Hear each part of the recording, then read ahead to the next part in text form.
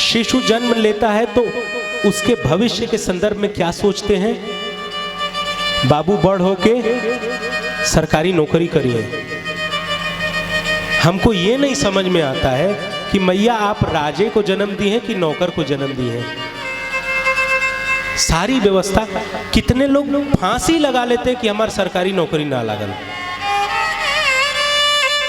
ये जीवन सरकारी, ये जीवन नौकरी करने का है क्या?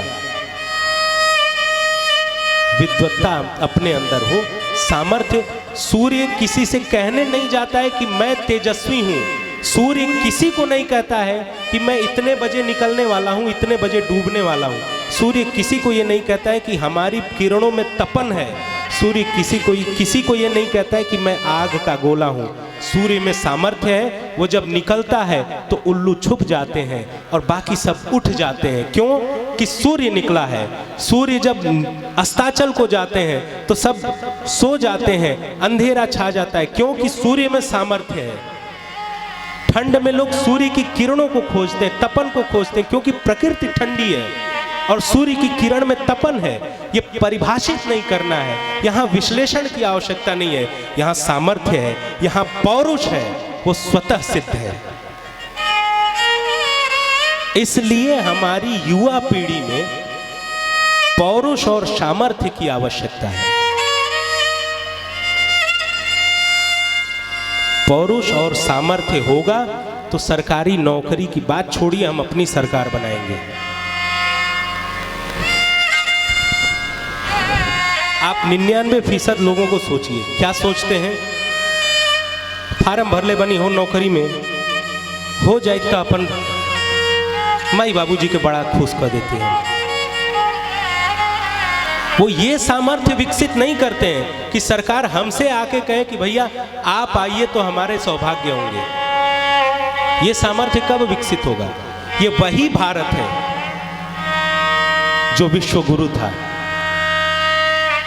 जिसके प्रत्येक गांव में ब्राह्मणों के यहाँ पाठशाला गुरुकुल चला करती थी। वही भारत है ना। अंग्रेजों के आने के बाद नौकरों की फैक्ट्री लग गई है। जितनी जनसंख्या हो रही है, नौकर बनाओ निकालो, नौकर बनाओ निकालो, नौकर बनाओ निकालो, खूब नौकर बनाए जा रहे हैं और सबकी मति भी उधर ही है। उपलब्धि क्या है? अगर आप नौकर बन गए, क्या बात है, जीवन सफल हो गया आपका। अगर सरकारी नौकर बन गए तो दहेज बढ़ जाएगा। लड़के हैं तो दहेज बढ़ जाएगा, लड़की है तो दहेज कम हो जाएगा। मैंने नौकर बनने पर इतना ये पद सौष्ठव वाला है। मैं इसका विरोध नहीं करता हूं, सब ऐसा नहीं कर सकते हैं। आप जिस पद पर आसीन हैं उस पद पर आप सेवा करिए, लेकिन अपनी योग्यता इतनी रखिए कि कोई ये न कह सके कि आप इस पद पर बोझ बन के हैं। यदि आपको कल को भारत सरकार भारत रत्न सम्मान दे तो कोई भी मंच से ये कहने का सामर्थ्य न कर सके कि आपको भारत रत्न से सम्मानित किया गया है, बल्कि सब लोग ये कहें कि आपको भारत रत्न मिला इसलिए भारत रत्न का सम्मान बढ़ गया। ये सामर्थ्य हमारे अंदर जगाना पड़ेगा। ये सूर्य को पूजने वाला देश है, लेकिन सूर्य को भूल गया है, क्योंकि सूर्य के अस्ताचल पश्चिम की ओर हम देखते हैं और उसी सभ्यता को हम फॉलो करते हैं। हमें अपने पे गर्व करना होगा, हमें तिलक लगाने पे गर्व करना होगा, हमें चोटी रखने पे गर्व करना होगा, हमें अपनी संस्कृति पे गर्व करना होगा। हमें अपने माँ बाप को वृद्धाश्रम में नहीं भेजना है, वो हमारे भगवान है, हमारे घर में रहेंगे। बरगद बूढ़ा भी हो जाता है ना तो छाया देता है। जो वृक्ष फल नहीं दे सकते वो छाया देते हैं। हमारे यहाँ परिवार की जो संकल्पना है, इसमें जो बूढ़े हैं, जो बुजुर्ग हैं, उनका एक ही काम होता है, क्या? हमारी जो तीसरी पीढ़ी है, यानी हमारे पोते पोतियां जो हैं, उनका संस्कार संवर्धन करना है। फिर हम पाश्चात्य संस्कृति के अनुसार उनको तो हम भेज आते हैं।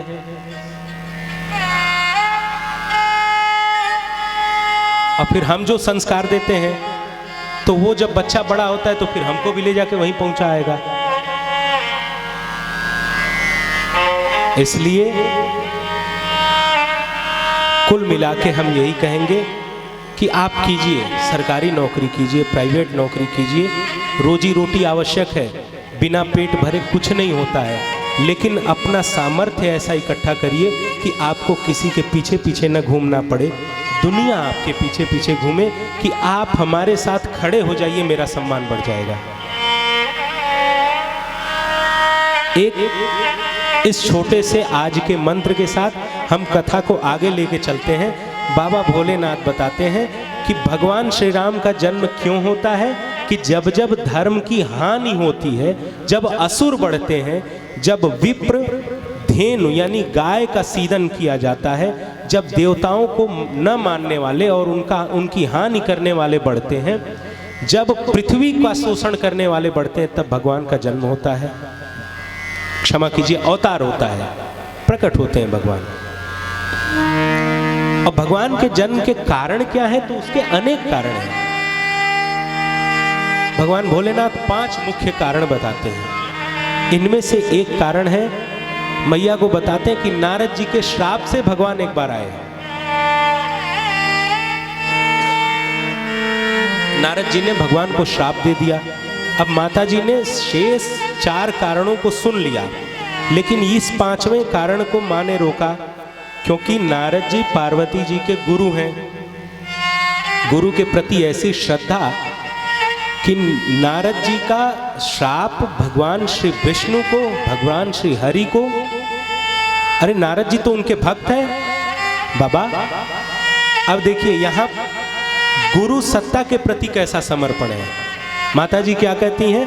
ये नहीं कहती हैं कि नारद जी किस कारण श्राप दिए, वो कहती हैं कि विष्णु जी का गलती किए कि नारद जी श्राप दिए।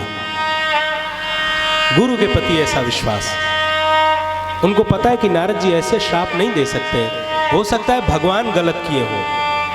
गुरु और भगवान में बड़ा कौन? राखई गुरु जो कोप विधाता, गुरु विरोध नहीं को जगत राता। गुरु विधाता से बड़े हैं।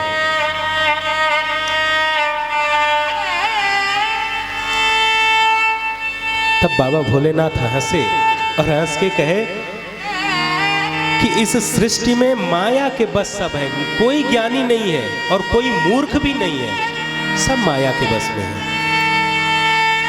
भगवान श्री राम जिसको जो बनाना चाहते हैं उचित समय पे वो बनाते हैं। ये देवी, एक बार की बात है, नारद जी घूम रहे थे और घूमते घूमते एक स्थान पे पहुंचे। हिमगिर गुहा एक अति पावनी, हिमगिर गुहा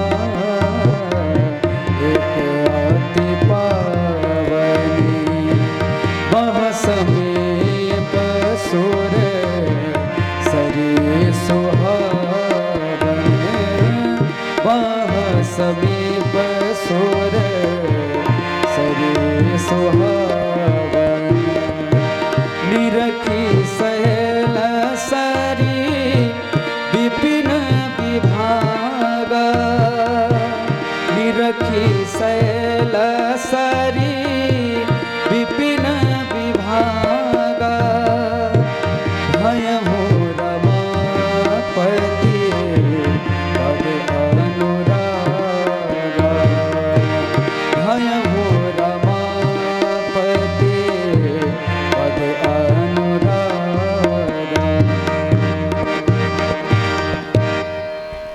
एक बार की बात है, हिमगिरी गुहा एक अति पावनी। नारद जी को एक श्राप है, ये एक कथा है, उधर नहीं जाएंगे, समय बहुत लगेगा, कि नारद जी कहीं भी एक क्षण से अधिक नहीं रुक सकते हैं। लेकिन एक अत्यंत पावन गुफा देखी जहां गंगा जी प्रवाहमान है। इस रमणीय स्थान को देख के बहुत अच्छा लगा नारद जी को, वहां बैठ गए और भगवान के नाम का स्मरण करने लगे।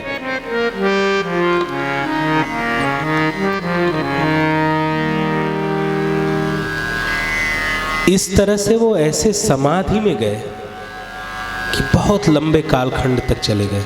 और इनकी तपस्या जैसे जैसे आगे बढ़ रही है, इंद्र को परेशानी होने लगी कि कहीं ऐसा न हो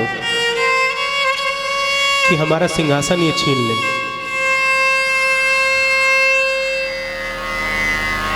अब सोचिए, नारद जी सशरीर ब्रह्मलोक जाते हैं, ब्रह्मा जी के पुत्र हैं। वो सशरीर भगवान श्री हरि के पास जाते हैं, भगवान महादेव के पास जाते हैं। कहीं भी उनकी गति है, बड़े सामर्थ्यवान हैं। तो क्या वो स्वर्ग नहीं जा सकते हैं?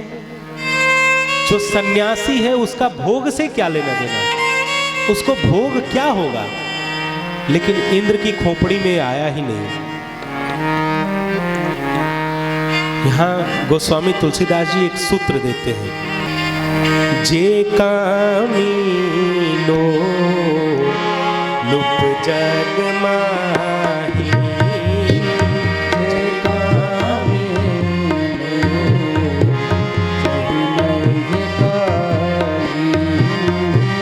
कुटिल काक ईवर सब ही डेराही, कुटिल काक ईवर सब ही डेराही।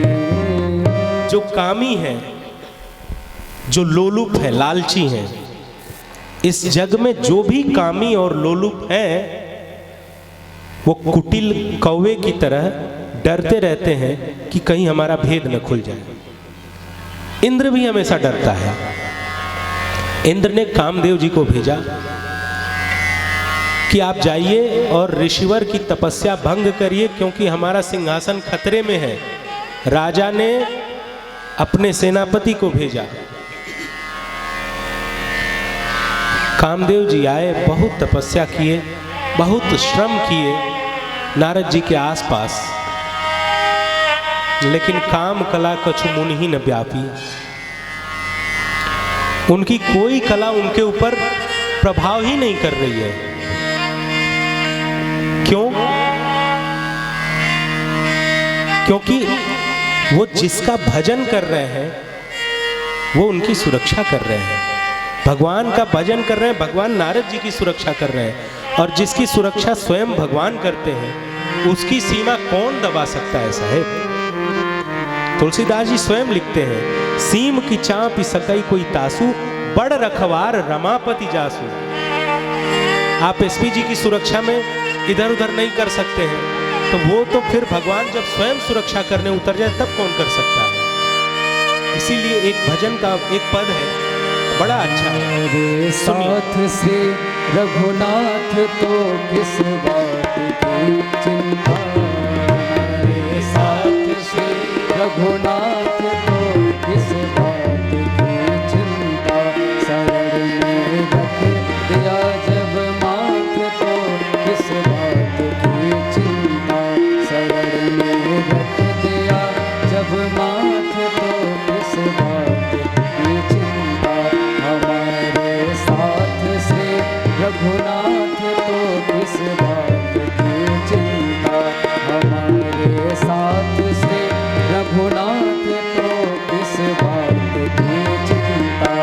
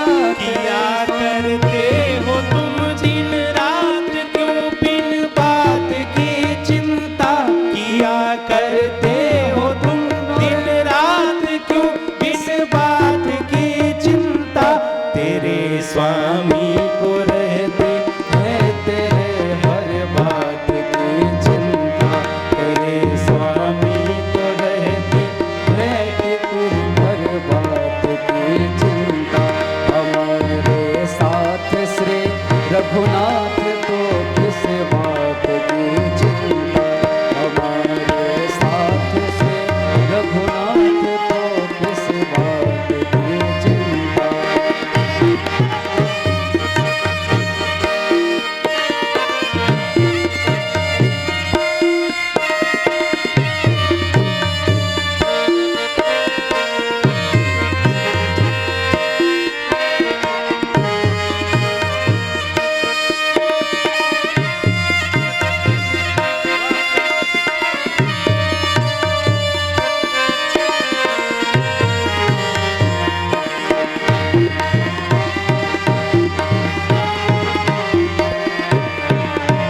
पंक्तियों पर ध्यान दीजिए।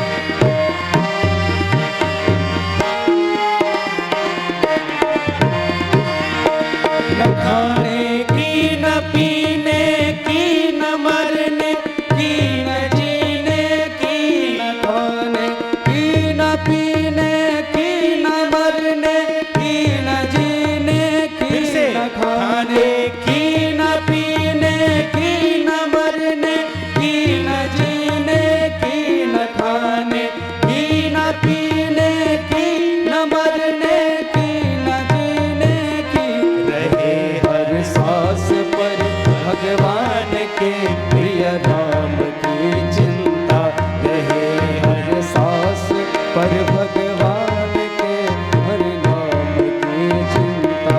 हमारे साथ श्री रघुनाथ तो किस बात की चिंता, हमारे साथ श्री रघुनाथ तो किस बात की चिंता।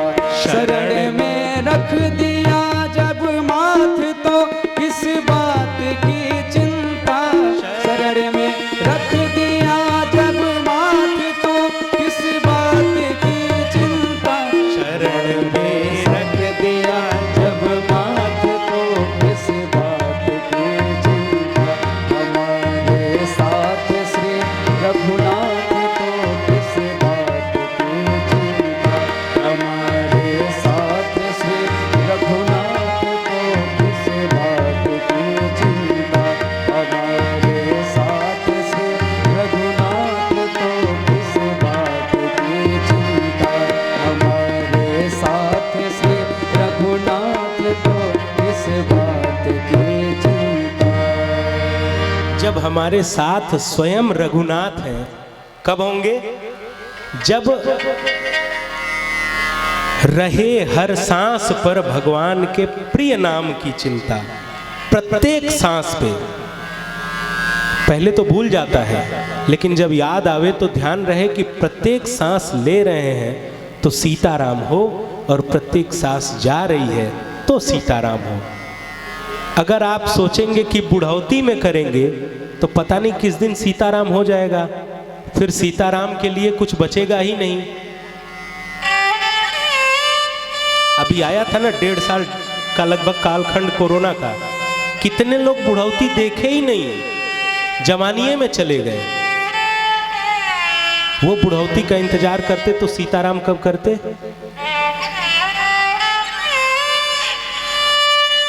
इसलिए प्रति श्वास में भगवान के नाम का जप चले तो ये हमारी एक बड़ी उपलब्धि होगी। अविश्वास मानिए कि जब हम जप करेंगे तो भगवान हमारी सहायता करेंगे। छोटा बच्चा जो होता है, छोटा बच्चा जब तक वो पालने में है, जब तक वो खेल रहा है, जब तक हंस रहा है, तब तक माताजी घर के काम निपटा रही हैं। जब सारे खिलौने छोड़ के, सारे रिश्तों को छोड़ के रोना शुरू कर देगा, तब उसके पास उसकी माँ होगी। खुश होकर बुलाएगा तो नहीं आएंगी। इस जीवात्मा रूपी शिशु जब अपने परमात्मा रूपी माँ को बुलाता है तो रुदन कैसा होता है? वो उनके नाम का होता है। जब आप नाम का जप करेंगे तो वही प्रभाव होगा जैसे शिशु के रुदन का होता है। भगवान आएंगे, आएंगे। आप प्रत्यक्ष नहीं देख सकते, लेकिन उनकी तरंगों को आप महसूस कर सकते हैं। हमने तो बहुत बार किया है, अब जिन्होंने नहीं किया है बारी उनकी है। आप भी अपने सांसों में भगवान के नाम का जब आरंभ करिए, आपको आश्चर्य होगा कि आपके ऐसे ऐसे काम हो जाएंगे जो असंभव दिखते हैं। आप बाद में सोचेंगे, कहेंगे अच्छा हम ही किए हैं, वो आप नहीं किए, वो भगवान किए हैं। ये कब होगा? जब हर सांस पे राम का नाम होगा। इसी नाम और इसी जप के सहारे, जो एक शाप था नारद जी को कि वो कहीं भी एक क्षण टिक नहीं सकते हैं। क्षण कितना समय होता है? गाय की सींग का जो नुकीला हिस्सा है, वहाँ सरसों का दाना एक रखा जाए, जितनी देर तक वो दाना वहाँ रुकेगा, उसी कालावधि को एक क्षण कहते हैं। यानी नारद जी एक क्षण से अधिक कहीं रुक नहीं सकते हैं। लेकिन जब श्वास में प्रिय भगवान के नाम का चिंतन था, तो बहुत लंबे कालखंड तक बैठ के हिमगिरी गुहा अति पावन में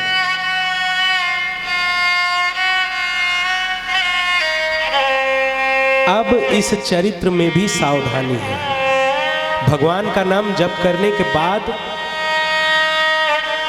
सांसारिक अभिमान से तो पीछा शायद छूट जाए, लेकिन एक अभिमान जो अंकुरित होता है कि हम तो भगत हैं साहेब, फिर हम अपना आसन अलग करते हैं।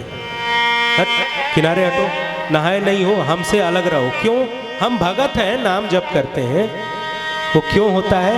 वो दिखाने के लिए होता है। लेकिन भगवान चिंतन और आध्यात्म प्रदर्शन का विषय नहीं है, ये दर्शन का विषय है। यह आपको अपने अंदर से देखने का विषय है।